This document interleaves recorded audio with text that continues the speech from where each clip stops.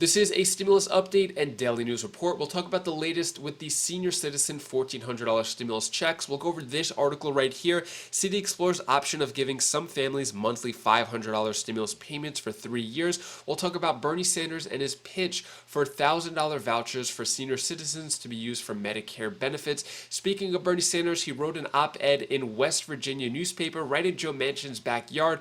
Joe Manchin claps back with some strong words, calling him an independent socialist and a few other things. You don't want to miss what was said there. Speaking of the Build Back Better plan, there are a few different programs that are going to be axed from there potentially: community college, child tax credit, affordable housing, and climate change. I'm going to play a video clip from Pramila Jayapal confirming whether or not these changes are happening or not, and then I'll answer the questions you leave for me in the comments. Hope you're having a wonderful weekend. If you appreciate the fact-based, fast-paced updates, hit the like button down below, and I'm giving $200 to my subscribers, and I'll talk more about that later on in the video. But first, let's go over these articles right here. So millions of Americans could get a $1,400 stimulus check in 2022. Here's why. Also, another article right here. This one is, will Social Security recipients get a fourth stimulus check? So this is referring to the fourth $1,400 stimulus check just going out to senior citizens who are collecting Social Security. At this point, the Senior Citizens League is lobbying for Congress to include a $1,400 stimulus check to go to senior citizens. At this point, the lobbying has not been successful. They've had a lot of press. As you can see, this one just came out yesterday, this article.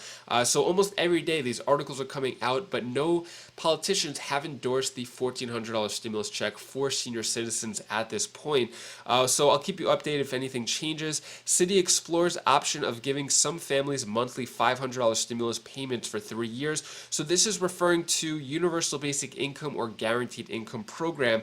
This is in Ann Arbor, Michigan, and is looking for ways to spend more than $24 million it received from the American Rescue Plan, including on a Universal Basic Income program that would double as a study. So it's going out to 100 families based on their financial need. They're going to receive $500 monthly payments for 3 years, and then they're going to see if whether or not this helped the 100 families. It's all part of a pilot program to see if Universal Basic Income or Guaranteed Income is actually helping people get out of poverty. Let me know down in the comments below. Do you like the idea of Universal Basic Income or Guaranteed Income where they get this money without any strings attached, no job requirements, nothing like that?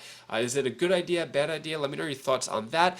Next, let's talk about the $1,000 vouchers from Bernie Sanders. So Bernie Sanders pitches $1,000 debit cards for seniors in budget bill. Also, Bernie Sanders says Senate Democrats weighing $1,000 voucher for seniors to purchase new Medicare benefits. So this is what Bernie Sanders wanted. Originally, he wanted a dental care program in Medicare to be changed, Medicare Expansion and all that, but it looks like it might take a few years for that to set up. So this is the next best thing. So Sanders said Senate Democrats are weighing $1,000 vouchers for seniors to buy Medicare benefits, and saying, I think what we're looking at here is $1,000 right away.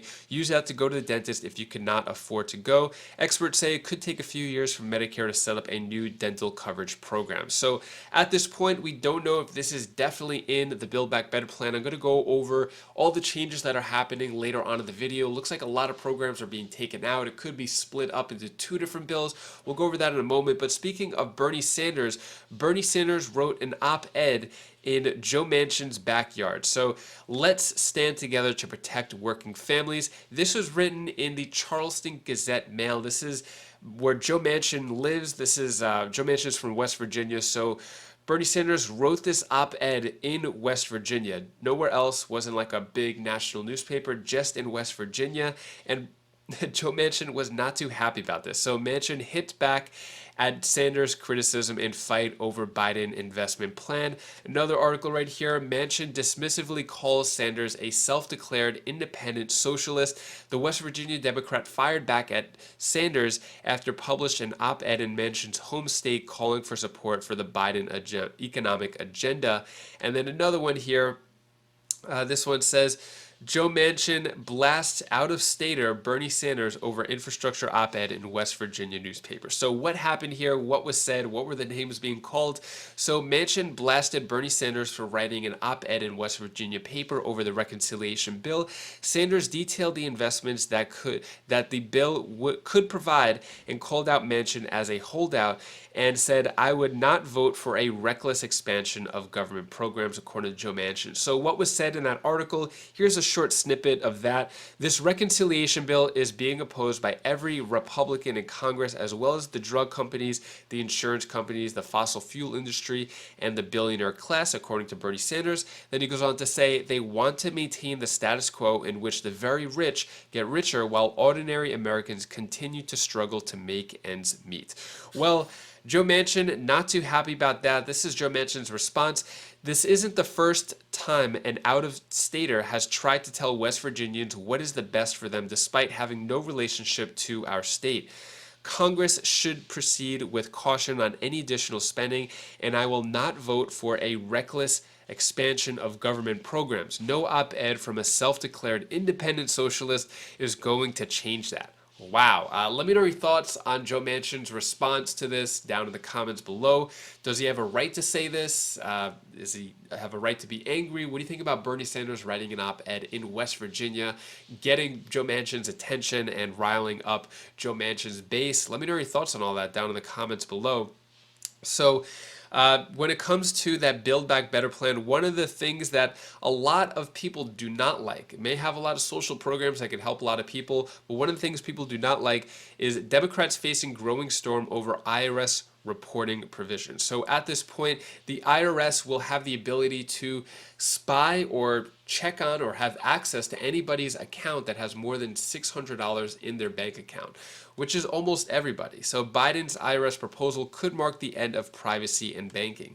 I would say both Republicans and Democrats and almost any American civilian would disagree with this proposal of saying that the IRS has the ability to check on people's bank accounts. I don't think anybody likes that. And the way that the Democrats are trying to spin it and say that it's okay, they're saying if you have nothing, if you're not doing anything wrong, then you have nothing to worry about. But it's almost like saying that the government is spying on our phones all the time. They're listening in on whatever is being said on our phones and saying if you don't have anything to hide or you're not doing anything wrong, then don't worry about it. It's okay. I think it kind of goes hand in hand there, but let me know your thoughts on that down in the comments below about the government, the IRS being able to look in our bank accounts. Is this a good thing, bad thing? Is there anybody who agrees with this proposal? Let me know your thoughts on that down in the comments below. Now, when it comes to that Build Back Better plan, there's a lot of changes that have been happening over the last few days. So free community college, child tax credits, and affordable housing are among safety net measures on the chopping block as Democrats struggle to find middle ground with centrist holdouts. Those centrist holdouts are Joe Manchin and Kyrsten Sinema. So it looks like a lot of the programs that basically made this Build Back Better plan may be cut. Democrats are trying to get it to have a shorter length of time rather than completely cut the program altogether. So it's not looking too good. Also, major climate change programs likely to be nixed from spending package. Yeah, also another article right here. Manchin is putting Biden's child tax credit on the chopping block, digging in on who should qualify. So for the child tax credit, Joe Manchin wants to have a work qualification rather than just going out to any parent who could get this child tax credit. Joe Manchin wants it to be just for working parents. So let me know your thoughts on all these changes. A lot of big changes are happening, but according to Pramila Jayapal, who is the Progressive Caucus chair leader, she doesn't think that these changes are permanent yet. They're still in negotiation. Nothing is confirmed. Here's what she has to say in this video clip right here. Joining me now is the Democratic Congresswoman Pramila Jayapal of Washington State. She's the co-chair of the Progressive Caucus and a member of the House Judiciary and Budget Committees. Congresswoman, good to see you again. Last you and I talked about a week and a half ago, we discussed this issue. I think you basically had suggested that it can come down a little bit, but there are some things in there that you're not that interested in negotiating. You're not that interested in shortening or underfunding. One of them is climate, and we're hearing reports now that Joe Manchin may have tanked a very big part of the climate bill.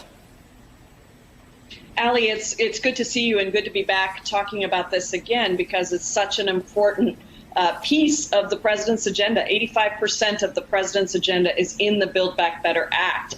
So, our belief is that you can shorten some of those programs by years in order to bring the price tag down. I think on climate, we have been very clear, the president has been very clear, and really the world has been very clear that the United States needs to lead on taking on climate change. A big part of that is about how we bring down carbon emissions. And there are two pieces in this package that are important to that. One is the Clean Electricity Performance Program, and the other is the Clean Energy Tax Credits. And they both sort of work together to say there's a carrot and a stick if we're going to bring down emissions. Now, we understand that we have to get all 50 senators on board, and that Senator Manchin obviously has a very big role to play on this. This is in his committee. And so we are continuing to push for the strongest possible climate protections that will allow us to bring down carbon emissions. And we're open to that negotiation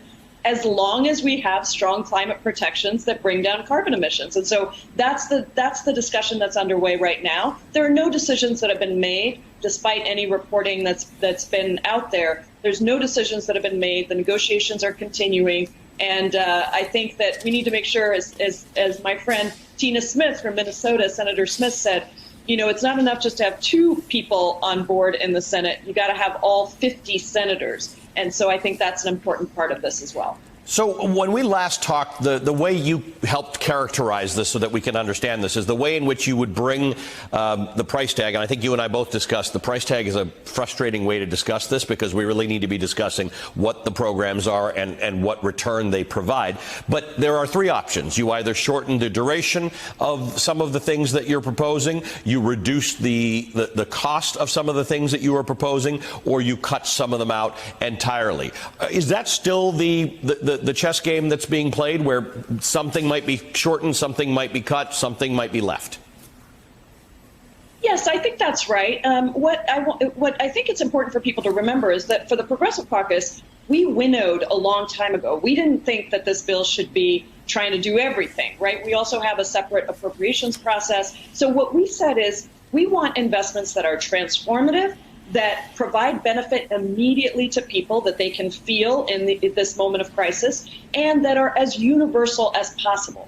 That's how we got to saying we want to invest in universal childcare and pre-K. We want to make sure that there is home and community-based care for our seniors. We want to make sure that there's paid family and medical leave. That's all within the care economy because, Allie, we got to get women and families back into the workplace. And this is the way you do it. Now, we also said that the other 4 priorities were climate change, housing, absolutely critical that we make a big investment in housing to house the unhoused across the country. We need to expand Medicare and invest in health care by providing seniors with dental, vision, and hearing, one of the most popular pieces of this package. And we need to make sure we're lifting up immigrants. Those are the 5 priorities that we settled on. And I feel pretty confident that those major priorities will be in this package. Now, there might be other ancillary things that are cut out, but I think we feel good that the majority, if not all, of these priorities will be in this package, but perhaps for a shortened period of time.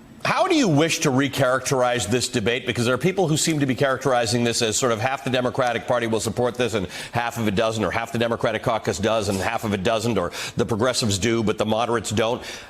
The group you represent in Congress, the Progressive Caucus, is the largest group in Congress, if I'm not mistaken. That's correct. We are.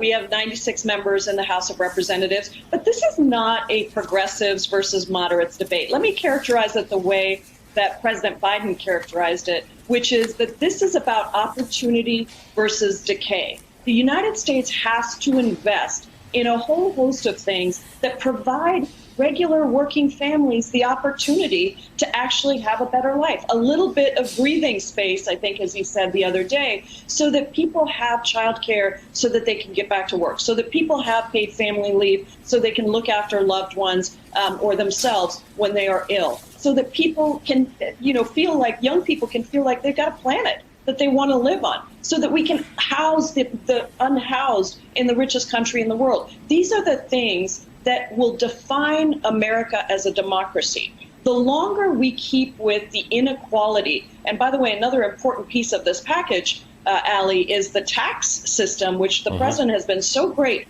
about talking about. This is going to be a $0 bill at the end of the day, because it's all paid for by taxes on the wealthiest individuals and corporations just paying their fair share. So that's the characterization. And let me be clear, the House already has a bill called the Build Back Better Act that went through committees that the vast majority, except for a small handful of Democrats, were not on, everybody was on board except for a small handful. The Senate has 2 senators that we still need to get on board. And I'm not disparaging anybody. The margins are so thin that we need to have everybody on board. And that's why the Progressive Caucus has been saying, look, we're standing up for the president's agenda. We're not going to leave anybody behind, but we're at the negotiating table. We are willing to discuss this, and we have been. And I think there's good progress being made, though sometimes, negotiation is a messy part of democracy, Ali. Not everybody knows what's happening all the time. And sometimes it looks like tempers are flared, and they may be. But at the end of the day, we're all Democrats. We're going to get this done. Let me know your thoughts on that down in the comments below. Pramila Jayapal saying that things are still going according to plan. Some things maybe sort of cut. Everything is still in negotiation, nothing final yet, but let me know your thoughts on that. Next, I'm going to answer the questions you leave for me in the comments. Ruby Mendoza says, will we get at least a part of a stimulus before 2022? So in terms of a stimulus check, no, there is no stimulus check in the package. And what they're doing, though, in terms of other stimulus provisions, they're probably going to chop out a bunch. They're going to break it up and say they're going to pass the other part in 2022, which seems like it might almost never happen. So yeah, it's before 2022, probably not in terms of stimulus checks, and maybe even not in terms of anything, the way it's been dragging out. Next, Shut Up and Listen asks, did you just say no one's lobbying for SSI, SSDI for people to get a stimulus? What the even heck? Yeah, so unfortunately, the only people who are lobbying for stimulus checks are the Senior Citizens League for those $1,400 checks. But in terms of SSI, SSDI, disability, veterans, all those categories, none of them are getting any lobbyist or support to try to get a stimulus check. So just senior citizens at the moment, unfortunately. Next question comes from Janet Wilson. I just don't get, click the link below to qualify for the $200. What am I missing? So below this video, there's a show more button to read the full description. And in that description, it'll have all the details and instructions of how to qualify to get the $200 that I'm giving to my subscribers. So basically, you have to be subscribed to this channel, Wise Flies, my other 2 channels, which I have links to down in the description below. And then you have to comment on a past video. I have a link to that video down below. Comment on that video, and then I find people's comments at random and then give the $200. So that's how that works. Did it last month as well. Anyways, that is all the stimulus news I have for you today to hopefully brighten your day a bit. Here's my daughter Bella's tip of the day. Oh, hi guys. Hi guys, this is Bella. This is the tip of the day. I want to tell you the one thing you should do. Remember when you were a kid, you always used your imagination in your mind. That's why it's called imagination. Imagining what you're thinking about.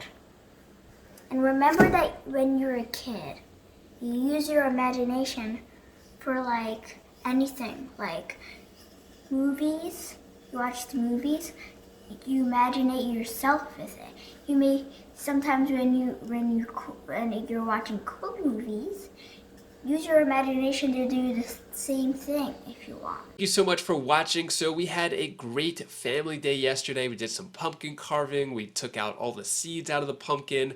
Bella and Kalea also carved in their the eyes, the nose, the mouth. So we had a really good time doing that, getting into the Halloween theme or Halloween spirit right now. Anyways, if you want to check out any of my other videos, you could click up here for my other channels or down here for more stimulus updates, and we'll see you in the next video. Take care, be safe. Thank you for watching.